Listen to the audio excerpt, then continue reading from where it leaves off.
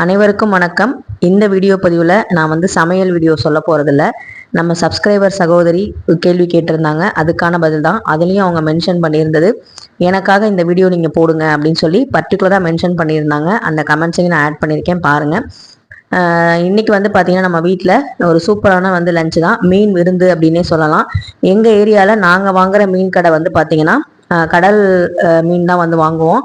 அதில் செவ்வாய்க்கிழமை சாயங்காலமும் சனிக்கிழமை சாயங்காலம் தான் அந்த ஃபிஷ் மார்க்கெட் இருக்கும். அதனால் முத நாள் நைட்டு வாங்கி வச்சாதான் அடுத்த நாள் நம்ம சமைக்க முடியும். இல்லைன்னா நம்ம திருச்சி போகணும். ஏன்னா லோக்கலில் இருக்கிற அந்த டேம் ஃபிஷ் தான் இருக்கும்.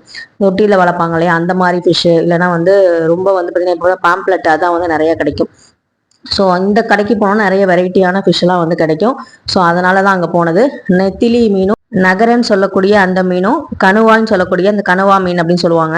அது அக்டோபஸ் அப்படின்னு சொல்லுவாங்க இல்லையா, அந்த மாதிரி தான் இருக்கும். அந்த மீன் வாங்கியிருந்தோம். இந்த கணுவா மீன் பார்த்தீங்கன்னா நமக்கு ஒத்த தலைவலி இருந்தால் அந்த தலைவலி போயிடும் அப்படின்னு சொல்லுவாங்க. இந்த மீன் சாப்பிட்டா பொதுவாக தலைவலி இருக்குது அப்படின்னாலே கண்ணுலையும் பிரச்சனை இருக்குன்னு சொல்லுவாங்க. ஸோ அதனால நம்ம மீன் அடிக்கடி உணவுல சேர்த்துக்கிறது உடம்புக்கு நல்லது. ஆனால் இதுலேயுமே பார்த்தீங்கன்னா ரொம்ப ஹீட்டு தூக்கி விடுற மீனும் இருக்கு. ரொம்ப பார்த்தீங்கன்னா சாப்பிட்டோன்னா கொப்பளம்லாம் உடம்புல வர மாதிரிலாம் இருக்கு. எனக்கு நான் ஒரு சுறா மீன் குழம்பு வச்சு சாப்பிட்டேன்னா வறுத்து சாப்பிட்டேன்னா ஞாபகம் இல்லை.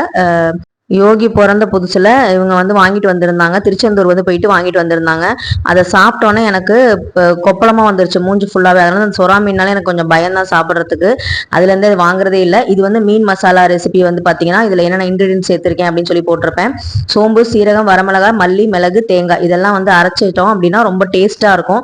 எப்பவுமே அரைச்சு வச்ச மீன் குழம்பு அப்படின்னா ரொம்பவே டேஸ்டா இருக்கும். உங்களுக்கு மீன் குழம்பு பிடித்தா கண்டிப்பா லைக் பண்ணுங்க. இந்த சிஸ்டர் என்ன கேட்டிருந்தாங்க அப்படின்னா, என் கணவருக்கும் எனக்கும் நல்ல அண்டர்ஸ்டாண்டிங் இருக்கு. ஆனாலும் சில சமயம் ரொம்ப சண்டை வருது. இந்த மாதிரி மிஸ் அண்டர்ஸ்டாண்டிங் வராம இருக்கிறதுக்கு என்ன பண்ணலாம்? அதே மாதிரி அவருக்கு கொஞ்சம் கடன் இருக்கனால மணி ப்ராப்ளமும் இருக்கிறனால கொஞ்சம் அப்பப்ப டென்ஷன் ஆயிடுவாங்க அப்படின்னு சொல்றாங்க. ஸோ அவங்களே கேள்வியும் சொல்லிட்டாங்க, அவங்களே பதிலும் சொல்லியிருக்காங்க. இதுல பாத்தீங்கன்னா மணி ப்ராப்ளம் அப்படின்னு வீட்டுல இருந்தாலே பாதி நிம்மதி போயிடும். இது எத்தனை பேர் அக்செப்ட் பண்றீங்கன்னு சொல்லுங்க. கணவனும் மனைவியும் நல்லா பாத்தீங்கன்னா கேரக்டரா இருப்பாங்க, நல்லா குணமா இருப்பாங்க, ஒருத்தருக்கு ஒருத்தர் அந்யோன்யமா தான் இருப்பாங்க, அன்பு எல்லாம் மனசுல இருக்கும். ஆனா இந்த கடன் பட்டுட்டோம் அப்படின்னா அவங்களுக்கு பதில் சொல்றதுக்காகவே நிறைய விஷயங்கள் யோசிக்கணும். நாளைக்கு விடிஞ்சா நம்ம கடன் கொடுக்கணுமே, ஏதாவது கேட்டுருவாங்களோ அப்படிங்கிற சங்கடத்திலேயே அந்த டென்ஷன்லயே இருப்பாங்க. அடுத்து அது மாதிரி நிறைய விஷயங்கள் யோசிக்க யோசிக்க வீட்டில் இருக்கிற அந்த வீட்டு நபர்கள்ட்ட பார்த்தீங்கன்னா நிம்மதி போயிடும். ஸோ நம்ம பார்த்தீங்கன்னா எப்படி அண்டர்ஸ்டாண்டிங்கோட இருக்கணும், எப்படி மிஸ் அண்டர்ஸ்டாண்டிங் இல்லாமல் இருக்கணும் அப்படின்னு சொல்லி என்கிட்ட கேட்டிருந்தாங்க. ஒருவேளை அவங்களுக்கு என்னை பார்க்கும்போது நாங்கள் ரொம்ப ஜாலியாக சந்தோஷமா எப்பவும் இருக்கிற மாதிரி இருந்திருக்கலாம். இருந்தாலும் சொல்றேன், எங்களுக்குள்ளுமே பார்த்தீங்கன்னா சின்ன சின்ன சண்டைகள்லாம் வரதான் செய்யும். எங்களுடைய சண்டைகள் பெருசாகாம இருக்கிறதுக்கு முக்கியமான ஒரு காரணம் என்ன அப்படின்னா, எங்களுடைய சண்டைகள் எங்களுக்குள்ள மட்டும்தான் இருக்கும். நான் எங்க அம்மாட்ட சொல்றதோ இல்லை எங்க பிறந்த வீட்டுல சொல்றதோ இல்ல அவங்க அவங்க அம்மா அப்பாட்ட சொல்லி பிரச்சனையை பெருசாக்குறதோ பண்ண மாட்டோம். அப்படியே பிரச்சனை எங்களுக்குள்ள இருக்குன்னு தெரிஞ்சு அவங்க கேட்டா கூட நான் மூஞ்சில் அடிச்ச மாதிரியே சில சமயம் சொல்லியிருக்கேன். எங்க பிரச்சனையை நான் பாத்துக்கிறேன், நீங்க இதுல தலையிடாதீங்க, நாங்க இன்னைக்கு அடிச்சுக்குவோம், சாயங்காலமே சேர்ந்துக்குவோம், அப்படி இப்ப அடிச்சுக்குவோம் அப்ப சேர்ந்துக்குவோம் சொல்லி நான் சொல்லிடுவேன். இந்த ஒரு பதில எந்த கணவன் மனைவி யார் பிரச்சனைன்னு கேட்கறாங்களோ அவங்கள்ட்ட சொல்றீங்களோ அந்த பிரச்சனை அப்பயே முடிஞ்சிடும். ஏன்னா பார்த்தீங்கன்னா 4 செவத்துக்குள்ள நடக்கிற பிரச்சனை பார்த்தீங்கன்னா வெளியே இருக்கவங்களுக்கு தெரியாது. நம்ம பொசசிவ்னால சண்டை போட்டோமா, அன்புனால சண்டை போட்டோமா, இல்லை வேணும்னே சண்டை போட்டோமா, இல்லை எந்த நபர்களால நமக்கு சண்டை வந்துச்சு அப்படிங்கிற விஷயங்கள்லாம் வெளியில இருந்து பார்க்குறவங்களுக்கு தெரியாது. நமக்கும் பார்த்தீங்கன்னா நம்மளும் மிஷின் கிடையாது, நம்மளும் மனுஷங்க தான்.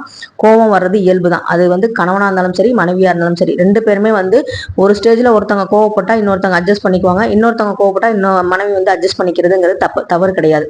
ஆனால் ஒருத்தர் மட்டுமே ஒரு வீட்டில் எப்போ அட்ஜஸ்ட் பண்ணி போயிட்டு இருக்காங்க அப்படின்னா அது அட்ஜஸ்ட்மெண்ட் கிடையாது, அது அடிமைத்தனம் அப்படின்னு தான் நான் சொல்லுவேன். எங்க வீட்டை பொறுத்த வரைக்கும் என் கணவரும் கோவப்படுவாங்க. ரொம்ப எக்ஸ்ட்ரீமா நான் கத்திக்கிட்டே இருந்தேன்னா என்னுடைய சவுண்டை கம்மி பண்றதுக்காக அவங்க சவுண்டை ரைஸ் பண்ற மாதிரி இருக்கும். அவங்க சவுண்டை ரைஸ் பண்ணா ஐயோ நம்மளால ஏதாவது அவங்களுக்கு பிபி ரைஸ் ஆச்சுன்னா என்ன பண்றது அப்படிங்கிற மாதிரி எனக்கு ஒரு பயம் வந்துடும். ஸோ அந்த மாதிரி நேரத்தில் எனக்கு கொஞ்சம் கண்ட்ரோல் ஆவேன். எனக்கு நான் ரொம்ப ஹை பிச்சில் கட்டினா அப்படின்னா அவங்க பார்த்தீங்கன்னா கொஞ்சம் அமைதியாகிடுவாங்க. இந்த மாதிரி எல்லா கணவன் மனைவிக்குள்ளேயும் பிரச்சனை இருக்கும். சண்டை வராமல் இருந்ததே கிடையாது. சண்டை வந்தா முதல்ல கல்யாணம் ஆகி 2 வருஷம் நல்லா சண்டை போட்டுட்டு ஒருத்தருக்கு ஒருத்தர் புரிஞ்சுக்க ஒரு வாய்ப்பா இருக்கும் அந்த சண்டைங்கிறது. அப்பதான் தெரியும் அந்த சண்டை யாரால வருது, எதனால வருது அப்படின்னு. ஒரு சில வீட்டில் வந்து பார்த்தீங்கன்னா கணவன் வந்து எந்த சப்போர்ட்டுமே பண்ண மாட்டாங்க. அதாவது மாமியார் என்ன பேசினாலும் சரி, நாத்தனார் என்ன பேசினாலும் சரி, அவங்க என்ன பண்ணாலுமே மனைவியோட கஷ்டத்தை புரிஞ்சுக்காம சப்போர்ட்டே பண்ண மாட்டாங்க. அந்த மாதிரி இருக்கிற பெண்களுக்கு எப்போவுமே வந்து கஷ்டம்தான், அவங்க ஃபீலிங்ஸை வந்து புரிஞ்சுக்காத கணவன் வந்து புரிஞ்சுக்காத வரைக்கும். அதே மாதிரி ஒரு சில வீட்டில் வந்து பார்த்தீங்கன்னா கணவன் வந்து நல்லா டைப்பாக இருப்பார், ஆனால் மனைவி வந்து டார்ச்சர் பண்ணுவாங்க. இதை வாங்கியே ஆகணும், இதை பண்ணியே ஆகணும், அவங்களாம் வாங்கிட்டாங்க, அவங்களாம் செஞ்சுட்டாங்க, நீங்கள் என்ன பண்ணுறீங்கன்னு சொல்லி மற்றவங்களோட கம்பேர் பண்ணுற மாதிரி விஷயங்கள் பண்ணும்போது நிறைய ஆண்களுக்கு வந்து அது பிடிக்காது. பெண்களுக்குமே பிடிக்காது, யாருக்குமே வந்து மற்றவங்களோட கம்பேர் பண்ணும்போது அது சத்தியமா பிடிக்காது. ஸோ அந்த கம்பேரிசன் அப்படிங்கிறது எங்க லைஃப்ல வந்து கிடையாது. இந்த மாதிரி வந்து அவர்லாம் எவ்வளவு சம்பாதிக்கிறாரு, அவர்லாம் எப்படி இருந்தாரு அப்படின்னு சொல்லிட்டு நாங்க ஆரம்ப காலகட்டத்திலேருந்தே நான் வந்து என் கணவரை இது வரைக்குமே நான் சொன்னது கிடையாது. இப்ப வரைக்குமே சண்டையே நடந்தாலுமே நான் வந்து என்ன சொல்லுவேன்னா, உங்களை மாதிரி ஒரு கணவர் வந்து எனக்கு கிடைக்க மாட்டாருன்னா நான் சமாதானம் ஆனதுக்கப்புறம் அதுதான் சொல்லுவேன். கோவத்துல சண்டை போட்டாலுமே அடுத்த நிமிஷம் அந்த வார்த்தையை நான் சொல்லாம இருந்ததே கிடையாது. அதே மாதிரி அவரும் வந்து மற்ற இடத்துல கூட வெளியில கூட வந்து பாத்தீங்கன்னா நான் வந்து பெருசா அவருக்கு எதுவும் செஞ்சேனா என்னன்னு தெரியாது, ஆனா அதை சொல்லிக்கிட்டே இருப்பாரு. என் மனைவியால தான் நான் வந்து நல்லா இருக்கேன் அப்படிங்கிற அந்த வார்த்தையை அடிக்கடி வந்து யார் வர்றவங்க போறவங்க எல்லாத்தையுமே சொல்லிக்கிட்டே இருப்பாரு. எனக்கே அது கொஞ்சம் ஓவரா சொல்ற மாதிரி இருக்கும், இப்பெல்லாம் சொல்லாதீங்க அப்படின்னு சொல்லுவேன். இருந்தாலுமே அதான் உண்மை அப்படின்னு சொல்லி சொல்லுவாங்க. ஸோ இந்த மாதிரி ஒருத்தருக்கு ஒருத்தர் பாராட்டிக்கிறது, ஒருத்தருக்கு ஒருத்தர் மற்றவங்களோட கம்பேர் பண்ணாம இருந்தாலே அந்த வீட்டுல பிரச்சனை வராது. அதே மாதிரி நான் சொன்ன மாதிரி மனைவிக்குன்னு ஒரு சில ஃபீலிங்ஸ் வந்து இருக்கும், கணவருக்கும் ஒரு ஃபீலிங்ஸ் இருக்கும். இப்போ மனைவிமார்கள் வந்து அவங்க பெண்கள் வந்து அவங்க அம்மாவை வந்து டிபெண்ட் பண்ணி அவங்க அம்மா சொல்றதே கேட்டுக்கிட்டு இருந்தாங்கன்னா அந்த கணவனுக்கு வந்து அந்த பிரைவசி வந்து இருக்காது, நமக்குள்ள ஒரு அந்யூன்யம் வந்து இருக்காம போயிடும். அதே மாதிரி கணவனும் வந்து பார்த்தீங்கன்னா அவங்க வீட்டு சைடு ரொம்ப அட்டாச்மெண்ட்டாக இருந்துட்டு மனைவியை வந்து பார்த்தீங்கன்னா ரொம்ப வந்து கண்டுக்காம எதுவுமே வந்து வாங்கி தராம பெருசாக வெளியில கூட்டிட்டு போகாம இருந்தா அப்படின்னா கண்டிப்பா வந்து மனைவிக்கும் சீக்கிரமா வந்து வெறுப்பு வந்துடும். அதனாலதான் வந்து பார்த்தீங்கன்னா நாங்கள் வந்து எப்பவுமே வந்து எல்லாரு கூடயும் போவோம், மாமனார் மாமியார் நாத்தனாரையும் கூட்டிட்டு போவோம். ஆனா எங்களுக்குன்னு சில பிரைவசி இருக்கு பாத்தீங்களா, அந்த இடத்துலயும் நாங்க தனியா போகணும்னு ஆசைப்படுவோம். அங்கேயும் நாங்க வந்து என்ஜாய் பண்ணிக்குவோம். எந்த இடத்துக்கு அவங்களை கூட்டிட்டு போகணுமோ அந்த இடத்துக்கு நாங்க கூட்டிட்டு போவோம். அவங்கள விட்டுட்டு போகணும் அப்படிங்கிறதுக்குலாம் கிடையாது, நாங்க கூட்டிட்டு போய் அவங்கள வந்து சந்தோஷப்படுத்துவோம். அதே மாதிரி நாங்க வெளியே போவோம். ஆனா என்ன பண்ணுவாங்கன்னா சுத்தி இருக்கவங்க நாங்க வெளியே போகும்போது நீங்களாம் என்னப்பா ஜாலியா சுத்துறீங்க அப்படிம்பாங்க. அது நம்ம வீட்டுல இருக்கவங்களே சொல்லும் போது நமக்கு கோவம் வரும். நம்ம என்னதான் நல்லது பண்ணாலுமே நமக்கு வந்து இந்த மாதிரி ஒரு பேர் தான் கிடைக்குது அப்படிங்கிற மாதிரி கோவம் வரும். அந்த கோவத்தை யார்கிட்ட காமிக்கிறதுன்னு தெரியாம நம்ம அந்த கணவன் மாட்ட தான் நம்ம காமிக்கிற மாதிரி இருக்கும். குறிப்பா பெண்கள் தான் வந்து இந்த மாதிரி விஷயத்துல ரொம்ப வந்து டிப்ரெஷன் ஆவாங்க. நம்ம யார்கிட்ட கோவத்தை காமிக்கிறதுன்னு தெரியாம கணவன் மாட்டையே சோப்பு வந்து காமிச்சிருவோம். ஆனா எங்க வீட்டுல வந்து பாத்தீங்கன்னா அந்த சண்டைக்கு வந்து வழி இல்லாம இருக்கிறதுக்கு என்ன காரணம், இப்ப ரொம்ப குறைஞ்சிருக்கு, சண்டை வந்து குறைஞ்சிருக்குன்னா அதுக்கு என்ன காரணம்னா, நான் வந்து இப்ப கல்யாணம் ஆகி வந்து இத்தனை வருஷம் ஆச்சு, இதுக்கு மேலே நம்ம சண்டை போட்டுக்கிட்டே இருந்தா பசங்களும் பெரிய ஆள் ஆகிறாங்க, நம்ம சின்ன பிள்ளை மாதிரி சண்டை போட்டே இருந்தா சில விஷயங்களுக்கு நம்மளுமே வந்து அஃபெக்ட் ஆகணும். நமக்கு வந்து ஏஜ் ஆக சில டிசீஸும் வர ஆரம்பிக்கும். அதனால வந்து பார்த்தீங்கன்னா நம்ம உடம்ப நம்ம தான் பார்த்துக்கணும், ஹெல்த் கான்சியஸோட இருக்கணும், வீட்டில் வந்து நிம்மதியாக இருக்கணும். சாமி கும்பிட்றோம், வேற பூஜை ரூம்ல சாமியெல்லாம் வச்சிருக்கோம். ஸோ நம்ம வீட்டில் கத்திக்கிட்டே இருந்து சண்டை போட்டுக்கிட்டே இருந்தோம் அப்படின்னா அந்த இடத்துல எப்படி மகாலட்சுமி கடாட்சம் இருக்கும் அப்படின்னு சொல்லிட்டு நிறைய விஷயங்களை வந்து நான் பூஜை பண்ணவே வந்து மாத்திக்கிட்டேன். நிறைய விஷயங்கள் வந்து மாறி இருக்கு. ரொம்ப வந்து சண்டையெல்லாம் இப்போ வந்து முதல்ல வாரத்துக்கு ஒரு தடவை வரும், இப்பெல்லாம் அப்படி கிடையாது, எப்பயாச்சும் தான் வருது. அதுவுமே வந்து பார்த்தீங்கன்னா எப்படி சரி பண்ணணுமோ அப்படி வந்து சரி பண்ணிக்கிறோம். அதே மாதிரி கம்பாரிசன் கிடையாது. அடுத்தவங்கள்ட்ட வந்து என் புருஷனை பத்தியோ என்னை பத்தி அவங்க வந்து அவங்க வீட்லயே சொல்றது கிடையாது. குறைகள் இருந்தா என்கிட்ட நேரடியா சொல்லுவாங்க, நானும் அவங்கள்ட்ட நேரடியா சொல்லிடுவேன். மூணாவது விஷயம் வந்து பாத்தீங்கன்னா இந்த மாதிரி பாக்குற விஷயங்கள்லாம் நான் வாங்குறதே இல்லை. இது எங்க நாத்தனாரும் எங்க மாமியாரும் கூட்டிட்டு போயிருந்தாங்க. வயலூர் போயிட்டு வரும்போது மக்கள் மன்றம் தில்லைநகர்ல வந்து போட்டிருந்தாங்க. போய் பார்த்தா எல்லா சேலையும் 800க்கு மேல இருக்கு. இப்பதானே வந்து நம்ம நவனிதாஸ்ல வந்து 500 ரூபாய்க்கு சேலாம் வாங்கி கொடுத்தீங்க, எதுக்கு திரும்ப போகணும்னு நினைச்சிட்டு தான் இருந்தேன். ஆனா அங்க போய் பார்த்தேன், எனக்கு வீடியோ கூட முழுசா எடுக்க பிடிக்கல. எல்லாமே நம்ம வீட்டுல இருக்க பொருள் தான், எதுக்கு சும்மா வாங்கிக்கிட்டு அப்படின்னு சொல்லிட்டு நான் ஒண்ணு கூட வாங்கல. அதே மாதிரி நான் வயலூர் முருகன் கோயில் போன வீடியோ வந்து நேத்து வந்து அப்லோட் பண்ணியிருந்தேன் பாருங்க. அதுல கூட முருகன் வந்து எனக்கு ரொம்ப பிடிக்கும். சிலை வந்து நான் வாங்கணும்னு நினைச்சிட்டு தான் இருக்கேன். ஆனா அந்த ரேட் வந்து ஓவரா இருக்கு, என் பட்ஜெட்டுக்கு வராது. என் பட்ஜெட்டுக்கு ஏத்த மாதிரி எனக்கு வந்து பிடிச்ச முருகன் கண்டிப்பா ஒரு நாள் வருவாருங்கிற நம்பிக்கையோட நான் வந்து வந்துட்டேன்.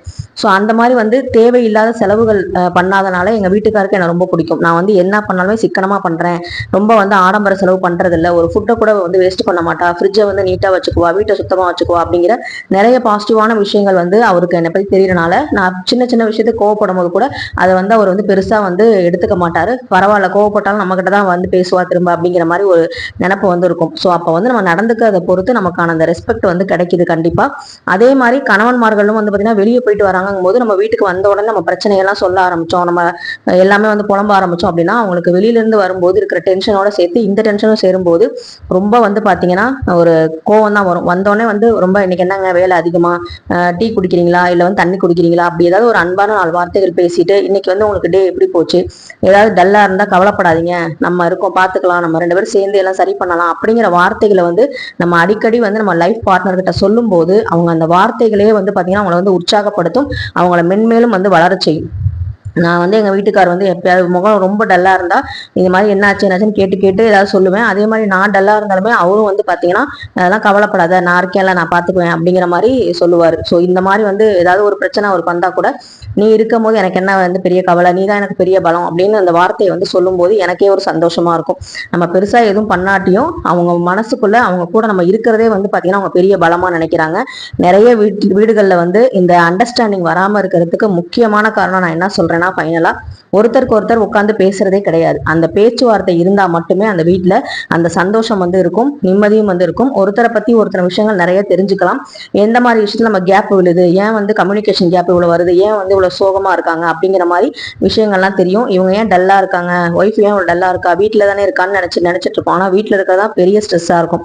வந்தோடனே நீ சாப்பிட்டியாமா, உனக்கு இன்னைக்கு வேலையெல்லாம் எப்படி போச்சு, வீட்டு வேலை ரொம்ப கஷ்டமா இருந்துச்சா, வீட்டு வேலையும் ஒரு வேலை அப்படின்னு நினைச்சு எந்த கணவர்மார்கள் வந்து மனைவி வந்து கேட்கறாங்களோ அந்த மனைவி இன்னும் அந்த வீட்டை அழகா வச்சுக்குவாங்க.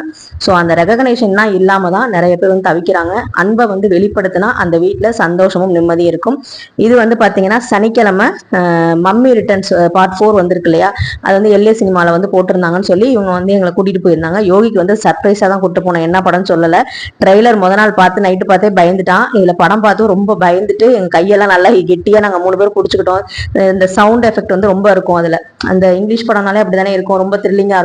நான் சொன்னேன், நீ பாக்குற மாதிரி காஞ்சனா படம் மாதிரி காமெடியா இருக்காதுல, ரொம்ப ஒரிஜினல் பேய் படம் மாதிரி தான் இருக்கும், இப்படிதான் இருக்கும் பேய் படம் அப்படின்னு சொல்லிக்கிட்டே இருந்தோம். ஸோ 3 பேரும் வந்து பயமான சீன்லாம் கையை பிடிச்சிக்கிட்டு இருந்தோம். அப்புறம் இன்டர்வல் வந்து பாப்கார்னு பப்ஸ் எல்லாம் சாப்பிட்டுட்டு அங்க இருந்து வரும்போது நைட் வந்து வரும்போது நம்ம லோக்கல் கடையிலேயே வந்து ரோட் சைட் கடை இருக்கு, அந்த அண்ணன் தெரிஞ்ச அண்ணன் கடை, அங்கேயே வந்து பாத்தீங்கன்னா முட்டை போண்டா அப்புறம் வந்து பூண்டு பொடி தோசை வந்து சாப்பிட்டுட்டு வீட்டுக்கு வர மணி 10:30 ஆச்சு. வந்தோடனே சாப்பிட்டே வந்துட்டோமா, வந்தோடனே தூங்கியாச்சு. ஸோ எனக்கு வந்து பாத்தீங்கன்னா எப்பவுமே வந்து சிம்பிளா இருக்க ரொம்ப பிடிக்கும்.